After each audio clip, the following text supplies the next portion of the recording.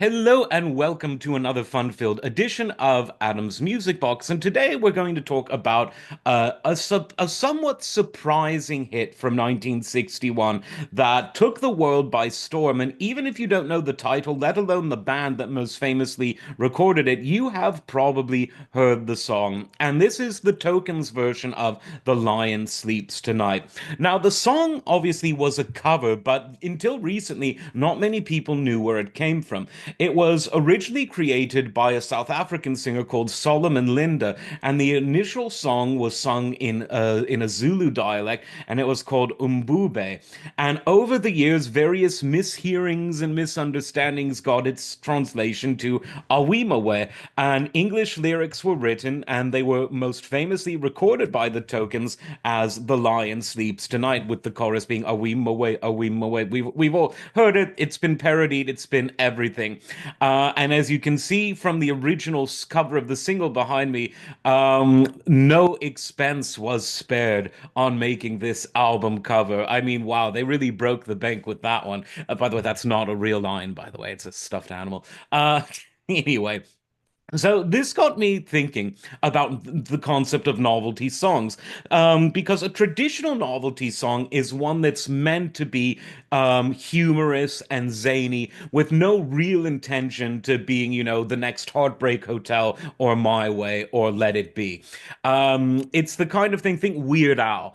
He is sort of the king of the modern satirical novelty song. This song, it's not really. I mean, its origins in Zulu was as a lighthearted but serious song with traditional cultural origins there. And by the time that original sort of background got diluted and the lyrics became anglicized, it became much more of a fun-loving song because it was easy to sing. A lot of school children would be taught it. It's the kind of thing you'd hear on like Raffi sing-along albums, not necessarily, but people like that.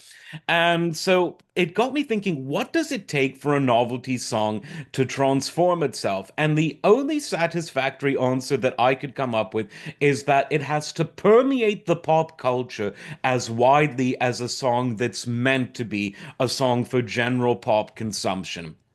For instance, I Want to Hold Your Hand, one of the most well known of the early Beatles songs, permeated the pop culture. Michael Jackson's Beat It's quite a few Michael Jackson songs for that matter. Thriller permeates the pop culture, even if you're not a music geek, even if you don't subscribe to this channel, which you should. Everyone's heard Beat It, Beat It. No one wants to be defeated. Everyone has heard that. And there are other songs, like My Way is definitely one of them. So it permeates the culture, and the only other songs to really do that outside of mainstream pop music are seasonal songs, which don't worry, we'll talk about soon because 'tis the season. So think Christmas songs. This obviously, as a novelty song, doesn't really fit either of those origins, but it really permeated the mainstream for a long time. I talked a few weeks ago about Disco Duck, which went up like a rocket and then straight back down, not the reusable Elon Musk kind, because Disco Duck was by Rick Dees, a radio DJ. It was made as a novelty song, but for a while it permeated deep into the pop culture. So that's another instance. I'm sure that we could think of others, but it's hard to think of one that's a non-seasonal, non-holiday song. It's not Monster Mash, a Halloween song that we talked about. Not a Christmas song like White Christmas, not sort of a patriotic song on, flag waving days.